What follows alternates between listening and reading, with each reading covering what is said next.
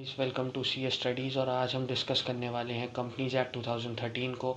आज हम इसके कुछ बेसिक कंसेप्ट्स डिस्कस करने वाले हैं, जिसके बेसिस पे हमारे को कुछ एडवांस पॉइंट्स के बारे में भी जानने को मिलेगा। सबसे पहले तो हम ये डिस्कस करेंगे कंपनीज एक्ट को कैसे रिप्लेस करा गया था, कंपनीज एक्ट को चेंज क्यों करा गया था 1956 से, कंपनीज एक्ट में कितने सेक्शंस हैं, क्लॉजेज हैं वगैरह वगैरह। तो चलिए शुरू करते हैं। सबसे पहले हमारा है the companies act 2013। The companies act 2013 को प्रिसीडेड बाय कंपनीज एक्ट 1956।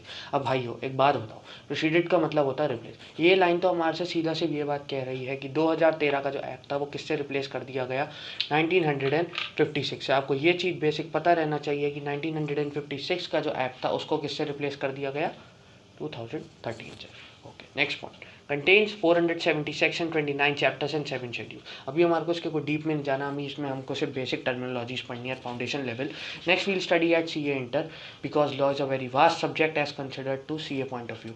इसमें होते हैं हमारे 470 सेक्शंस, 29 चैप्टर्स एंड 7 शेड्यूल्स।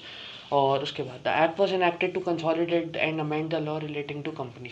इस एक्ट को क्यों फॉर्म करा गया था, टू कंसोलिडेट। कंसोलिडेट का मतलब कहीं ना कहीं पे होता है रेगुलेट, एंड अमेंड, अमेंड का मतलब लॉ में बेटा याद कर लो change, the law relating to company.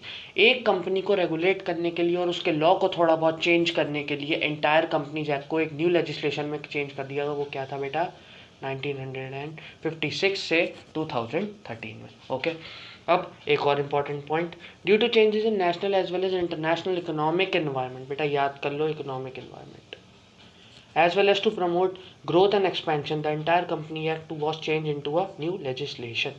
इस ये पॉइंट हमारे से ये कह रहा है। अब एक बात बताइए, जब day by day forms of business emerge होने लगे, कैसे सोल प्रोप्राइटर से पार्टनरशिप आया, पार्टनरशिप से फिर एलएलपी आया 2008 में, फिर कंपनी फॉर्म ऑफ बिजनेस भी हमारा चल ही रहा था, बिजनेस प्रमोट होने लगा, जिसकी वजह से इकोनॉमी को भी एक बूस्ट होने मिला।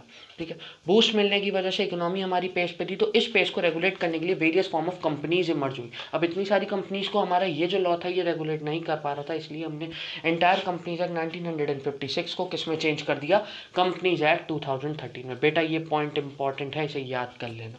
उसके बाद हम कुछ रेलिवेंट पॉइंट्स देखेंगे जो कंपनीज एक्ट के पॉइंट ऑफ व्यू से इंपॉर्टेंट है, वो मैं आपको नेक्स्ट वीडियो में बताऊंगा। अगर वीडियो पसंद आई हो तो लाइक कीजिए, चैनल को सब्सक्राइब कीजिए। Thank you.